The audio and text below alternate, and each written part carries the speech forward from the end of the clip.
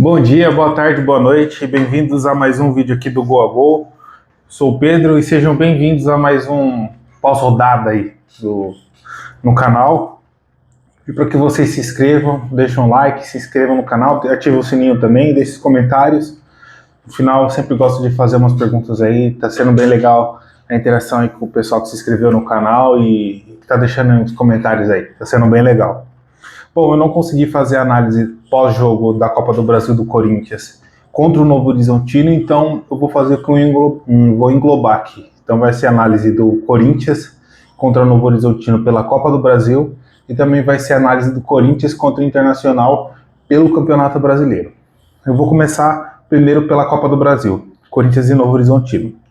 Foi um time que, quando assim você vê a escalação, você fica assustado porque você viu que estava faltando muitas peças, Carrilho no banco, um time bem misturado, com algumas peças bem duvidosas que a torcida vinha criticando, mas só que acho que o torcedor, ele foi muito mais pelo sentido assim, pô, o Dorival vai chegar e vai querer mostrar serviço, então ele vai vir com um time super forte para esse primeiro jogo dele. E não, eu acho que ele está seguindo uma linha de raciocínio que foi dita pelo Ramon Di, pelo filho dele após a vitória do Paulista, de que o foco é o Campeonato Brasileiro, porém o Dorival é um cara que sabe jogar muito bem essas competições de mata-mata, né? Pelo currículo dele, né? Copa do Brasil, Libertadores e... enfim, é um cara que sabe jogar muito bem essas competições de mata-mata. Foi um time que, apesar de ser misto, ali fez o necessário, somente o necessário, como diria a música do Mogli. O primeiro susto quem deu foi o Novo Horizontino. O Hugo fez uma excelente defesa. Depois teve o escanteio também, que também levou perigo. E depois disso o Corinthians deu uma acalmada, conseguiu ficar um pouco com a bola, que foi interessante, porque em seguida teve o lance do gol, né, com a assistência do Thales, e o gol do Hector, que eu acho que assim, é muito bom agora, olhando para o time do Corinthians, porque nós finalmente temos dois jogadores de frente. O Hector está se mostrando ser realmente aquele centroavante, porque isso foi o gol do Novo Horizontino, é um gol de um centroavante. É um gol de um cara que sabe onde que ele tem que estar. Ele não precisava, nossa, foi um gol plástico. Não, a função dele ali é colocar a bola para dentro do gol e foi isso que ele fez. Foi um bom posicionamento, conseguiu fazer a finalização. Lógico que por se tratar do Brasil, levou muito tempo para validar o gol, porque o VAR queria achar alguma coisa ali, e não achou. Mas isso está sendo muito interessante de ver nesses dois primeiros jogos do Dorival. Fez o gol. O Corinthians ficou muito mais com a bola durante toda a partida, o que é algo interessante também de se notar. Com o Ramon Dias era um time que gostava de ficar menos com a bola e deixar a bola mais com o adversário e jogar no contra-ataque. Talvez essa seja uma justificativa pelo Hector não ter tido muita minutagem com os Dias, porque eles apostavam mais um jogador veloz, eles preferiam mais velocidade do que vamos ter a bola na área, trabalhar mais essa bola, talvez pela leitura de jogo que eles tinham daquele momento do Corinthians. E eu acho que, apesar de eu gostar muito do Emiliano Dias e do Ramon Dias, acho que a vinda do Dorival mostra que o Corinthians, sim, tem um time bom e que talvez precisava de uma outra perspectiva, ter um treinador, uma outra pessoa olhando para o time de uma outra perspectiva, porque o Ramon ele vinha de um quase rebaixamento, salvou o Corinthians, deu aqueles 9 jogos, aquelas 9 vitórias no final do Brasileirão, teve seus tropeços, teve o Paulistão, então ele tinha uma visão de time assim, tem um elenco limitado, vou jogar dessa forma, porque dessa forma eu consegui ter os resultados que tive. Dito isso, voltando aqui, o Corinthians ficou mais tempo com a bola, isso foi muito interessante. Ali uma segurança, percebia-se um pouco mais dos zagueiros ali, do Kaká e do Ramalho, ali, uma segurança maior, não sei se já é reflexo de um pré-trabalho, de um breve trabalho do Dorival de recuperar jogadores, né, que ele tem um bom trabalho assim também de recuperação de jogadores, né. Depois teve um chute do Alex Santana aos 34 do primeiro tempo com desvio. Cartão amarelo para o jogador do Novo Horizontino aos 44. E aos 46 um cartão amarelo para o Kaká num lance ali, onde ele foi fazer uma cobertura ali na lateral esquerda, após uma jogada do Anglieri. Começa o segundo tempo, a primeira chegada foi do Novo Horizontino aos 6 minutos. Depois o Corinthians dá uma resposta com o Breno Bidon aos 8 minutos e 10 segundos. E depois o jogo dá uma baixada. 3 alterações. Acho que talvez isso pode se tornar um padrão de alteração quando se tem um time misto jogando e quando se tem um time titular jogando. Dos 16 aos 17 foi o período das alterações. Saiu o Hector, o Alex Santana e o Charles, e entrou o Yuri, Raniel e Martins, para dar ali mais uma força física, dar uma melhor qualidade ali naquela área ali para proteger, e também um pouquinho de saída e ter um pouco de velocidade que, como o Novo Horizontino começou a ter também no segundo tempo, talvez pela questão física, pela questão de, tipo, eles estarem jogando em casa, apesar... É a casa deles, eles conhecem os atalhos do campo e tudo mais. O Dorival olhou e falou assim, bom, deixa eu tentar ter um jogador ali um pouquinho mais de velocidade, que talvez ali com uma bola consiga ter uma jogada ali que pode sobrar pro Yuri e ele fazer um segundo gol e deixar mais fácil a vida do Corinthians, né, pra volta. Depois o Hugo faz uma defesa da cabeçada do jogador do Novo Horizontino, e depois no Novo Horizontino saiu o Lucas Donato, o Lucas entrou o Donato, e depois entrou Carrilho no lugar do Breno Bidon e Rian no lugar do Maicon. E entrou o Rian no lugar do Maicon. O Maicon foi um jogador muito bom também, que jogou muito bem esse jogo aí do Novo Horizontino. Fiquei surpreso. Acho que também por ele ter meio que ficado esquecido e ter entrado muitas peças novas no time do Corinthians, esquecido no sentido assim, ele teve uma contusão muito séria, né? Teve que se tratar, ficar um tempo afastado. Então foram chegando peças e a gente foi se esquecendo de como o Maicon joga. Então foi muito bom ver a forma que o Michael tá voltando, principalmente novamente entre a questão do Dorival. Deve ter tido uma conversa particular com o jogador, deve ter perguntado para ele se ele estava à vontade, o que ele poderia fazer para ajudar o jogador a encontrar novamente aquele futebol que o Michael tem. Que se ele não tivesse um bom futebol, ele não teria tido a passagem que teve pelo Corinthians e ter voltado, e a torcida gostar tanto dele. No final do jogo, o Corinthians ali, o Carrilho faz um corte ali dentro da área que sobra pro jogador do Novo Horizontino, podia ter sido um gol. Não considero uma falha do Carrilho porque ele cortou a bola. Sobrou para frente no pé do jogador do Novo Horizontino, que chutou para fora. O Corinthians conseguiu sair de Novo Horizontino com uma vitória, 1-0. Foi bom o jogo, principalmente pro Hector, que eu acho que ele vai começar a ganhar confiança e também vai começar a ganhar minutagens, e como eu falei no início do vídeo, é um centroavante. A preocupação dele ali é estar na área no momento certo, na hora certa, para empurrar a bola para o fundo do gol. E eu acho interessante dele que ele não é um centroavante pesado. Ele tem movimentação e tem velocidade, o que isso é muito importante também. O jogo de volta pela Copa do Brasil vai ser dia 20 de maio. Então, dá para o Corinthians, vai ter mais alguns jogos aí, o Corinthians vai conseguir aí fazer mais algumas coisinhas aí, o Dorival vai conseguir dar uma analisada melhor nos jogadores que ele tem e se preparar melhor para o confronto na casa do Corinthians.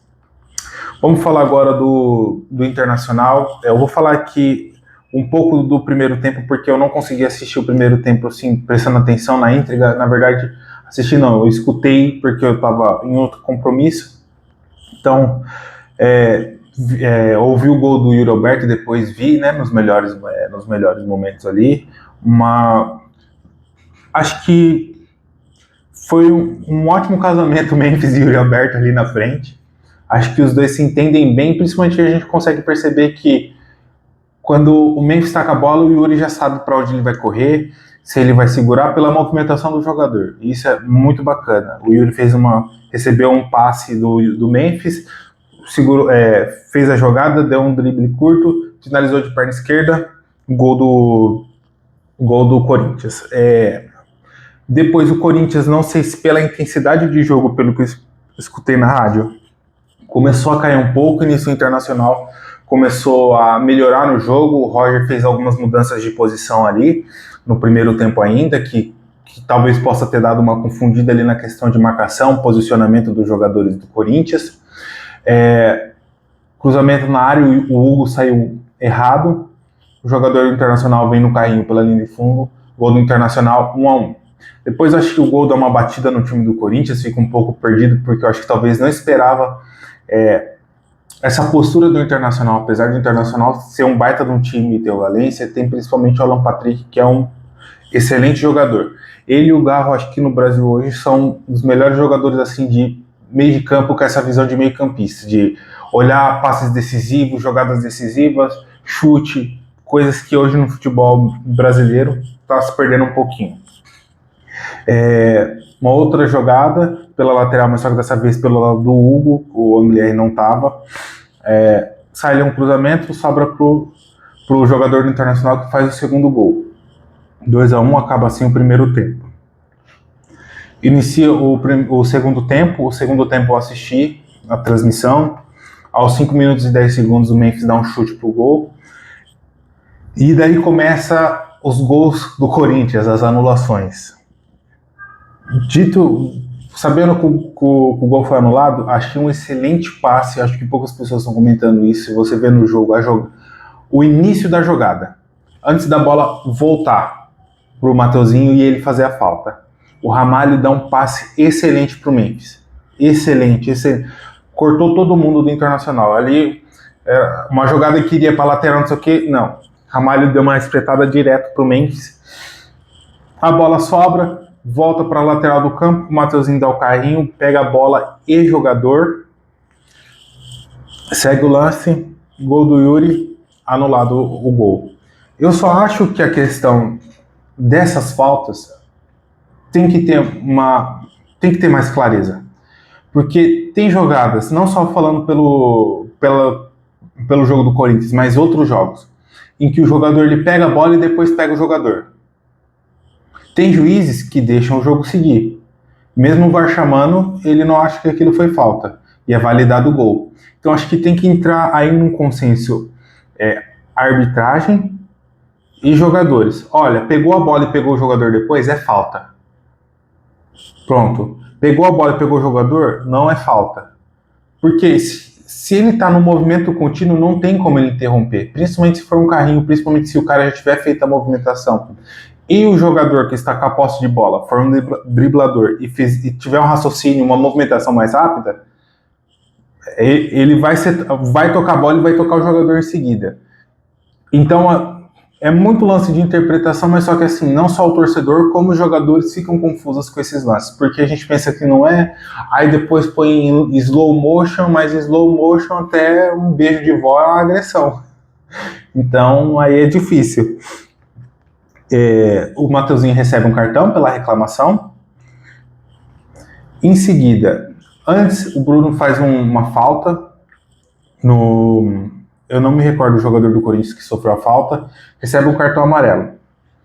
Vai rolando o jogo, já teve a anulação do gol do Yuri, ele faz uma falta no Ranieri, ele ia ser substituído e é expulso. Muita reclamação, eu acho que foi correta a expulsão, porque foi uma falta boba, foi uma falta desnecessária. E antes ele também já tinha dado uma chegada no primeiro tempo no Memphis, sem bola, e que o árbitro deu uma olhada para ele, provavelmente deve ter conversado com ele e falou, olha, é a última. Tanto que depois ele recebe o cartão numa outra falta, e depois recebe o segundo cartão nesse lance que causa a expulsão. Em seguida, o gol do Yuri Alberto, né, uma jogada pela lateral de campo, pelo lado direito do campo. O Bidu ajeita de cabeça e o Yuri chega dividindo junto com o jogador do Internacional, fazendo 2-2. Novamente, muito tempo para a checagem do gol. Tem que ser algo mais rápido, porque assim, o torcedor e acho que até os comentaristas ficam assim, daqui de cima, sem tanta tecnologia, sem tanta câmera, sem tanta linha, a gente consegue ver que não teve impedimento, que não teve gol. Porque os dois chegou dividindo. Se tivesse alguma falta, seria no jogador do Corinthians, que seria pênalti.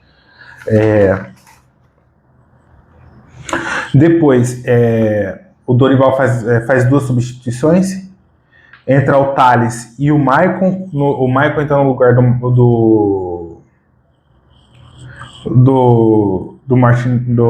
Martinelli, e o Romero e o Thales entra no lugar do Romero.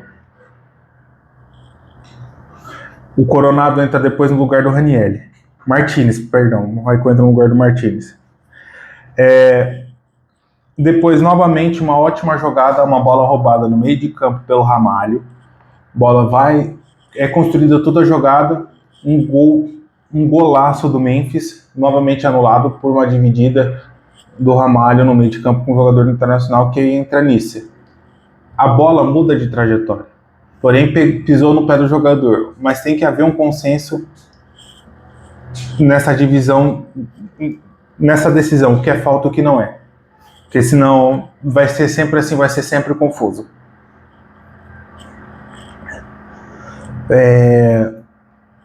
Em seguida tem a jogada na área, né? Onde o jogador do Internacional vai limpar a bola, chuta o peito do Bidu, porque o Bidu vai para dividir com ele com o peito, ele foi com o pé, pênalti. Os jogadores do Internacional, o técnico também achou que foi roubado, não acho que foi, porque eu acho que se fosse com o time deles, eles não iriam falar que não foi pênalti. Então, foi pênalti, o Yuri vai para a batida, terceiro gol do Yuri Alberto, então não foi expulso também, ainda bem. Depois, o Charles entra no lugar do Carrilho.